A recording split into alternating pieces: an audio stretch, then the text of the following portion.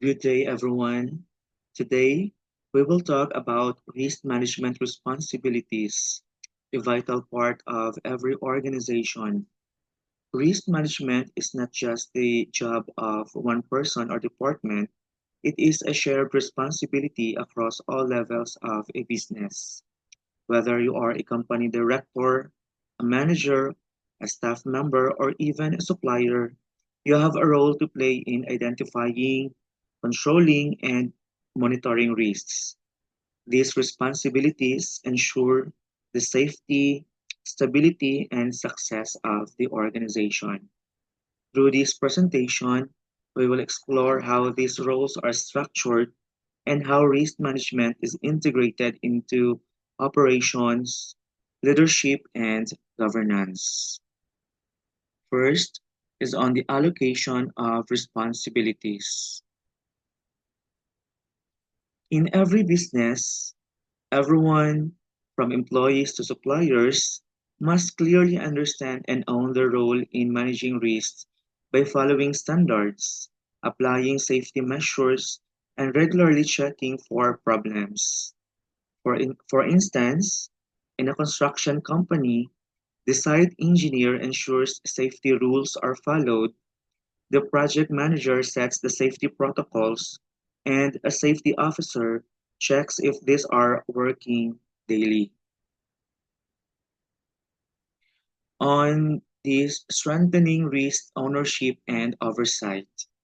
Strengthening risk ownership means that everyone in the organization, whether they are managers, staff, auditors, or committee members, must clearly understand and perform their specific duties in managing risks, which should be well defined in company policies and documented in tools like the risk register. Risk should not be seen as the sole job of auditors or risk officers. Instead, every manager must handle risk daily as part of their normal work. For example, in a food manufacturing business, the production supervisor is responsible for identifying and managing risks like machine breakdowns or contamination, while the quality assurance officer ensures the risk is logged and monitored, showing that risk management is truly part of everyday operations. On the range of responsibilities, the layers of risk management responsibilities. So the risk management in a company works at three levels. The top management sets the overall direction and makes big decisions about risks. Department heads create a culture of safety and make sure risk goals are met. And individual employees follow the rules and report problems. This layered system ensures that risks are handled properly at every level. For instance, in a retail chain, the CEO decides how to handle economic risk like inflation. Store managers train staff to handle theft or fire risk, and the cashiers report any suspicious customer behavior or faulty equipment to prevent bigger issues. So, in a business, specialized roles like the risk manager, the safety and continuity specialist help create strong risk policies and respond to issues, while the internal audit team checks if the whole system works properly. So these roles follow the three lines of defense model. So the first line are managers and staff. They handle risk daily. So the second line are risk experts who give support and monitors risk. And the third line are internal audit that gives an independent check to ensure everything is working. For instance, in a bank, managers or branch managers manage customer risk, which is the first line. The head office risk team ensures policies are followed and updated, which is the second line. The internal auditors regularly inspect if risk controls are effective and followed, who are in the third line. So embedding risk management into core operations. So embedding risk management into daily operations means making it part of everyday tasks by identifying, assessing, reducing, monitoring, and reporting risk consistently across the whole company, while keeping the cost of controls balance with the level of risks. The goal is not to remove all risks, but to manage them wisely with clear accountability. So, whoever is responsible for a goal must also manage the risks that come with it. For instance, in a logistic company, a delivery supervisor who is in charge of on time shipments must also handle risks like vehicle breakdowns or late deliveries by planning backup routes and tracking vehicle conditions. On the statutory responsibilities of management, company directors have a legal duty to act based on their assigned roles, follow the company's rules, make wise and independent decisions, avoid conflicts of interest, and always act in the best interest of the company with care and diligence. So, risk management helps them meet these responsibilities by identifying potential early problems early and guiding better decisions to protect the company's success. So for instance, no, in a pharmaceutical company, a director deciding on a new product launch that ensure or must ensure it meets health regulations, avoid biased decisions influenced by suppliers, and assess risks like the side effects or supply shortages to safeguard both the company and its customers. Next, on the executive versus non-executive directors. So in a company, executive directors are full-time managers who run daily operations, carry out business strategies, and handle risk directly, while the non-executive directors are independent members who don't manage the day-to-day tasks but focus on oversight by checking if the company is following rules, managing risk properly, and staying on track with its goals.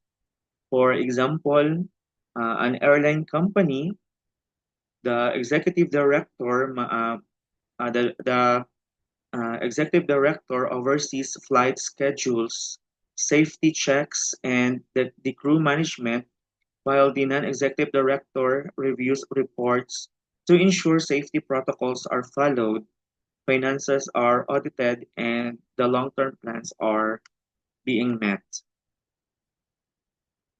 Next, on the key roles of non-executive directors.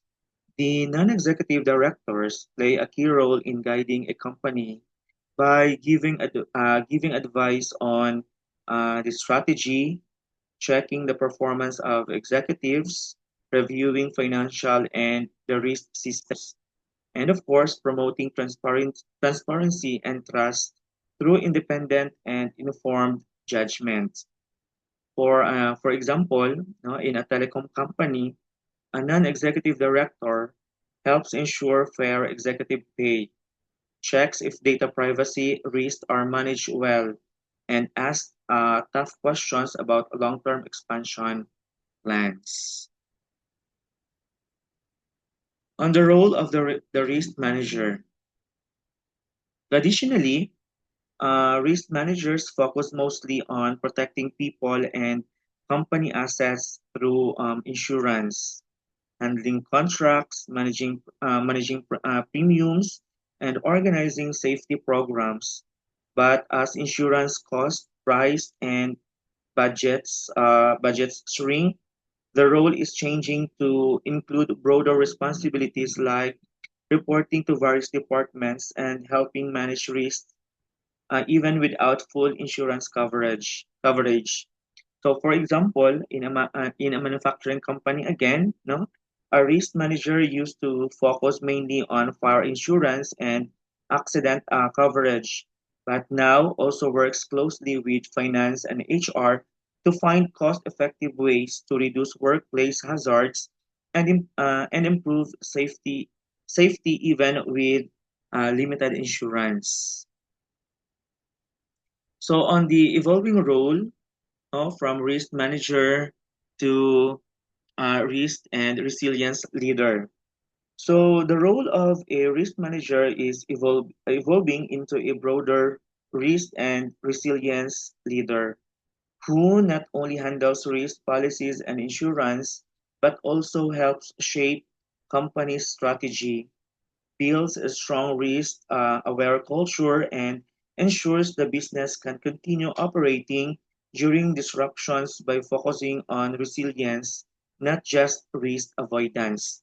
For example, an energy company, no, the risk and resilience manager works closely with leadership to plan for power outages, cyber threats, and regulatory changes, so helping the business stay stable and responsive even during natural disasters or supply chain issues. On the rise of the chief risk officer. So a chief risk officer leads and coordinates risk management across all departments, helping managers report risk properly and working with internal auditors to improve accuracy and compliance.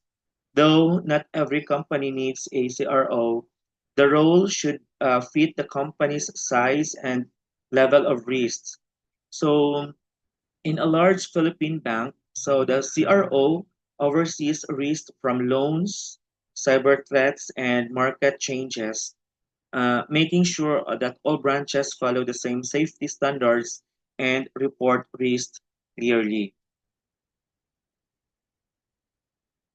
Next, on the statutory responsibilities of management. So, in a large company or in a large corporations, risk management is organized through a clear structure where the board has the overall responsibility, supported by several committees like the audit committee oversees audits, the executive committee integrates risk into daily operations, the group risk committee develops risk strategies and maintains a group-wide risk register, and the disclosures committee ensures accurate public reporting, while each business division manages its own risk and reports upward, creating a strong flow of risk information across all levels. In a large Philippine conglomerates like the San Miguel Corporation, each business unit like food, energy, or infrastructure tracks and reports its risk to the group risk committee, which then updates the board to ensure informed and unified risk decisions across the company. Risk architecture for charities and public sector organizations. So, in a charities and public sector organizations, risk management is centered on a strong governance, with the trustee board bearing final responsibility, supported by committees that handle specific areas like governance and uh, risk strategy and oversight. So, audit for compliance and reporting and other functional committees like fundraising or finance that carry out and monitor risk related tasks. This ensures risks are managed responsibly and transparently. For instance, no, in a Philippine non-government organizations providing disaster relief, so the trustee board ensures all operations are ethical and legal, while the finance committee manages budget risk and the events committee checks safety and logistics for community outreach activities, all to meet both donor expectations and public trusts. Next, practical guidelines for risk architecture design. So designing a risk architecture should match the organization size, sector, and the risk level, where executives handle the day-to-day risk management and the non-executives focus on oversight and assurance, ensuring clear roles, consistent reporting, and alignment with company goals. There is no one size fits all approach. So in a medium size construction firm, the operations team manages site safety risk daily, while a non-executive advisor reviews reports quarterly to ensure risks are properly addressed with clear communication between them to keep projects safe and on track. Next is on the risk committees. A risk management committee should be a separate executive group focused on proactively identifying and managing risks, unlike the audit committee, which handles compliance and reviews after the fact, uh, keeping them safe, separate ensures clear responsibilities and strong governance. The RMC's structure depends on the organization's needs and can include a small team of leaders or a cross-functional group for broader insights. For instance, in a large Philippine bank, no, so the RMC might include executives from operations, IT, and compliance, meeting regularly to assess risks like cybersecurity threats or loan defaults, and reporting directly to the board to support strategic decisions. Next is on the key responsibilities of the RMO. So the Risk Management Committee, they plays a crucial role in advising the board, promoting a risk-aware culture, recommending risk policies, and regularly reviewing how well the company's risk systems perform, especially as business conditions change. They assess the overall risk exposure, consider audit results, and ensure the company's strategies match its capacity to handle risks, while also making sure the key risks are properly reported in line with financial regulations. So again, for instance, now in a logistics company, so the risk management committee reviews risk related to fuel price increases, delivery delays, and safety incidents, and then recommends updated policies and reports these risks to the board to guide planning and decision making. So, to conclude,